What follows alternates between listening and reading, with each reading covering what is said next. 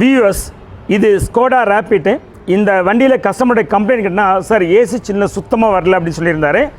நம்ம இந்த வண்டியை டயக்னோஸ் பண்ணி பார்த்ததில் ஏசியோட கம்ப்ரஸர் கிளச்சை என்கேஜ் ஆகலை.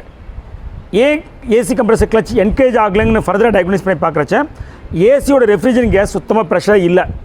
பிறகு இந்த ரெஃப்ரிஜரேஷன் கேஸ் எங்கே காணாமல் போச்சு, நம்ம ஃபர்தராக நம்ம லீக் டெஸ்டிங் டிவைஸ் வச்சு செக் பண்ணி பார்க்குறச்சோம் இந்த கூலிங் காயில் சொல்கிற மாதிரி இங்கே வாங்க காட்டுறேன்.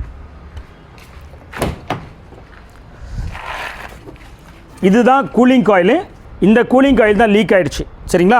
இப்போ இந்த கூலிங் காயில் எடுத்துகிட்டு இப்போ நம்ம என்ன பண்ண போகிறோம்னா, இப்போ புதுசாக வந்து கூலிங் காயில் வாங்கி வந்துருக்கோம். இதான் புது கூலிங் காயில். இந்த கம்பெனி வந்து பார்த்தோன்னா மாலே பெக்கர். சரிங்களா? இது ஒன் ஆஃப் த OEM.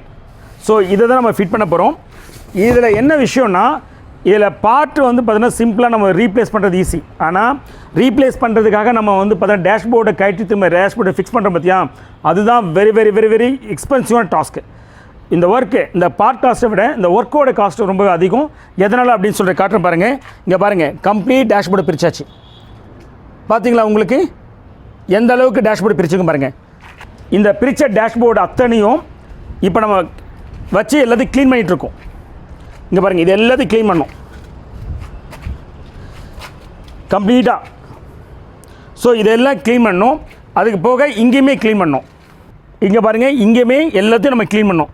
இவ்வளோ ஒர்க்கையும் நம்ம பண்ணிவிட்டு திரும்ப இந்த ரீஃபிட் பண்ணுறது இருக்கு இல்லையா, எல்லாரையும் ரீஃபிட் பண்ண முடியாது. இதுக்கு வந்து பார்த்தீங்கன்னா ஹைலி ஸ்கில்டு, அதாவது இந்த டேஷ்போர்டையே திரும்ப கட்டி மாட்டின பர்சனால தான் இதெல்லாம் வந்து பார்த்தீங்கன்னா ஒர்க் பண்ண முடியும். Within the time frame as well as வந்து பர்ஃபெக்டாக வந்து பார்த்தீங்கன்னா ஃபிட் பண்ண முடியும். சரிங்களா? ஸோ எல்லாரும் ட்ரை பண்ணால் அது வந்து பார்த்தீங்கன்னா ஃபிட்மெண்ட்டில் போய் உட்காராது.